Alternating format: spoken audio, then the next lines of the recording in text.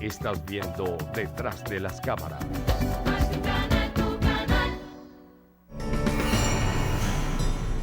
El periodista se puede blindar constantemente para no dejarse arrastrar por la noticia, pero en ocasiones resulta imposible. Para muchos de ellos la noticia más dura de narrar fue el asesinato del colega Javier García. Yo creo que esa ha sido la peor noticia que yo he tenido que dar en mi vida.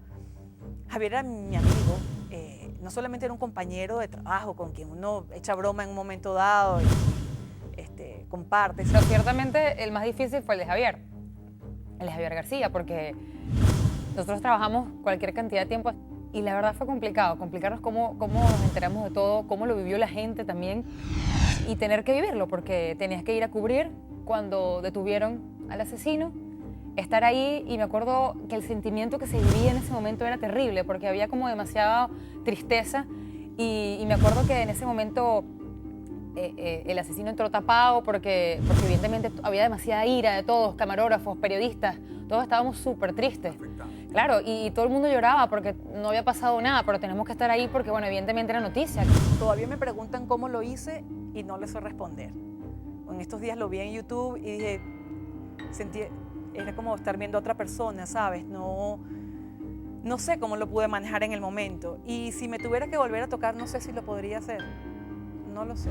En horas de la noche de este domingo recibimos la noticia de la trágica muerte de nuestro compañero Javier García, reportero y ancla de El Observador. Hasta este momento pues se desconocen las circunstancias exactas en las cuales se produjo el lamentable y violento suceso. No es lo mismo cuando se narra algo de una persona que uno desconoce, aunque respete su memoria, aunque respetes la condición humana, nunca es igual que te identifiques con la persona. Cubrir eso te confirma que definitivamente le puede pasar a cualquiera, le puede pasar a mí, le puede pasar a cualquiera. Y yo trabajé muchísimo por no perder la sensibilidad en sucesos. Es una fuente muy dura porque ves de todo. Yo me acuerdo que me dieron una semana libre, la semana siguiente a lo que ocurrió, eso fue un fin de semana, y esa semana me lo dieron libre porque realmente era complicado. Yo me acuerdo que yo el primer día que empezó el noticiero, yo puse por radio el noticiero y cuando arrancó la coletilla del noticiero yo comencé a llorar porque decía, no puede ser, o sea, se acabó, no lo voy a volver a hacer con Javier. Y cuando me tocó otra vez hacer el noticiero ya sola, porque evidentemente él no estaba, fue horrible, porque tú volteabas a hablar con Javier, tú querías pues estar con él, la gente te hablaba, o sea, evidentemente la dinámica no era la misma y fue realmente duro tener que arrancar nuevamente todo lo que era el noticiero y estar ahí sabiendo que él no iba a estar. Sí, el que más recuerdo es en el momento de la muerte de Javier García. Era mi compañero, mi amigo, muy amigo, y sí, cada vez que tenía que narrar alguna noticia que tuviera que ver con su muerte, pues se me quebraba la voz. Era difícil manejarlo y que no se me notara, porque es algo que me tocó muy a fondo. El periodista vive expuesto en todo momento. Su misión más decisiva es denunciar injusticias, desigualdades y vivir los acontecimientos en primera fila. Ellos le cuentan al mundo lo que poca gente puede ver, pero también en ocasiones pueden incomodar a los gobernantes y al poder.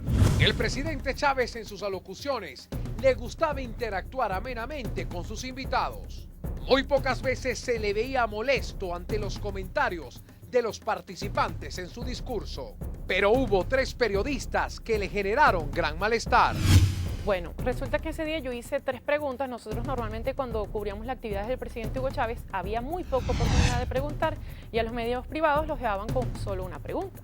Con mis compañeros me reúno y decidimos elaborar 3, que en dado caso una era si el parlamentarismo social de calle, que estaba muy de moda durante esos días, iba a sustituir a una asamblea electa.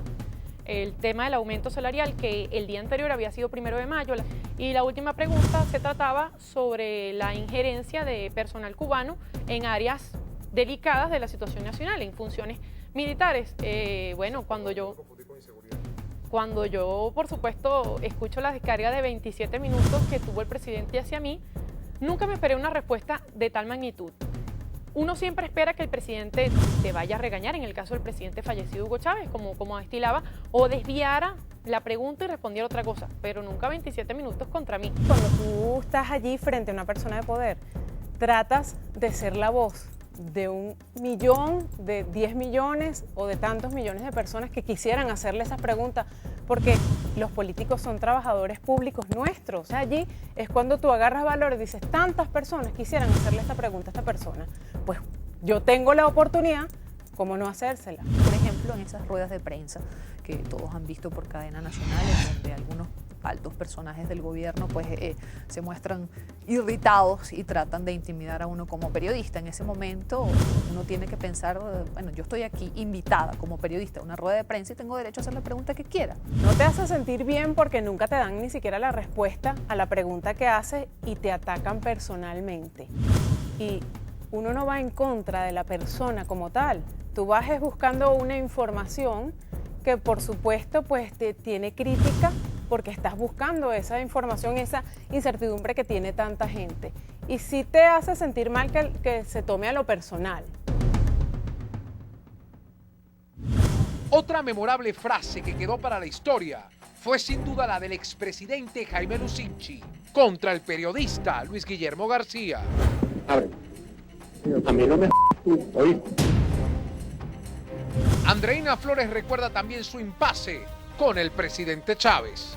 Yo llegué a mi casa en la noche, a las 11 de la noche, tenía un montón de mensajes de Twitter, de mi teléfono, en todas las redes sociales, era una cosa increíble.